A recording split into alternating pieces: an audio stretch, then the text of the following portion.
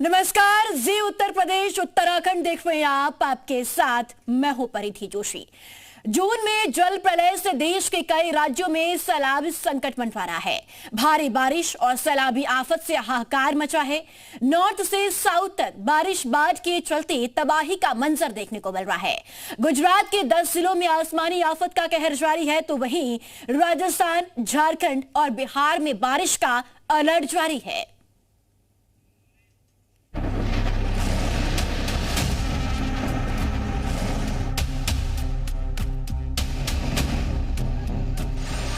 गुजरात से लेकर राजस्थान तक, उत्तर प्रदेश से लेकर झारखंड तक और बिहार से लेकर केरल तक अलग अलग राज्यों से बारिश की और मानसून की दस्तक की तस्वीरें सामने आ रही हैं।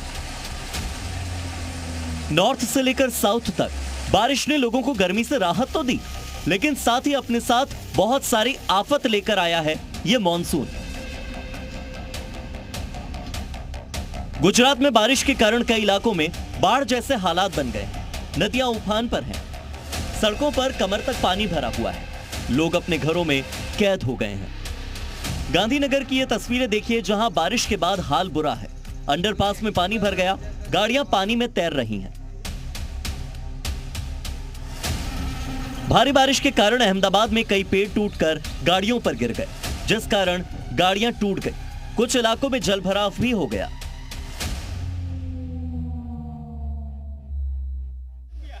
झारखंड में मानसून की एंट्री के बाद से पूरे राज्य में लगातार बारिश हो रही है।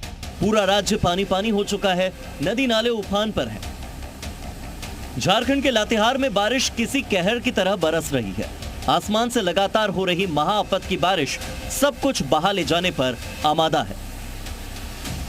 अब जरा इन तस्वीरों को ही देख लीजिए, कैसे यहां जमीन तक बहती चली जा रही है।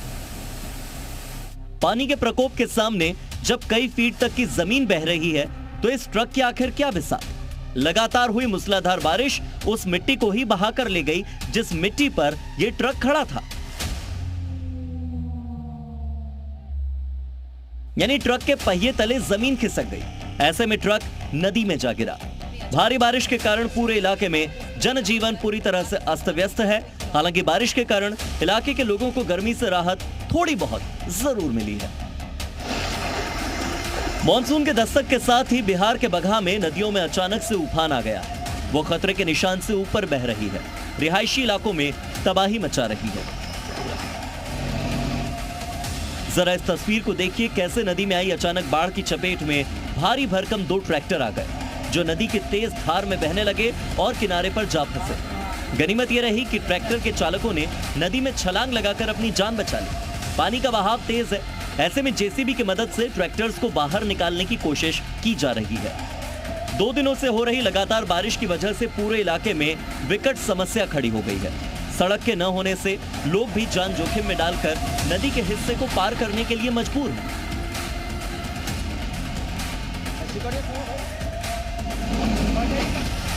राजस्थान में भी मानसून की बारिश की शुरुआत हो चुकी है। पिछले 24 घंटे में झमाझम बारिश हुई। लोगों को गर्मी से राहत तो मिली, लेकिन साथ ही साथ आफत भी आई। जोधपुर में बारिश के बाद यहां की सड़कें दरिया बन गई और इसी दरिया में बहने लगी इन भाई साहब की स्कूटी।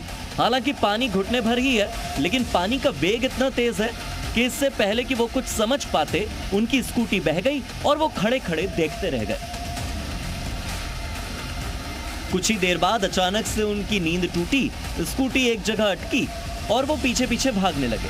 लेकिन उनकी स्कूटी ने एक दूसरी स्कूटी को भी अपनी चपेट में ले लिया और दोनों स्कूटी साथ बहने लगी।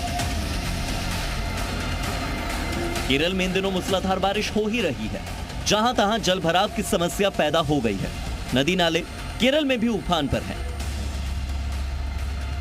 कोट्टायम में बोट स्टेशन में पानी भर चुका है, जिस वजह से बाढ़ जैसे हालात पैदा हो गए हैं। ब्यूरो रिपोर्ट, जी इंडिया।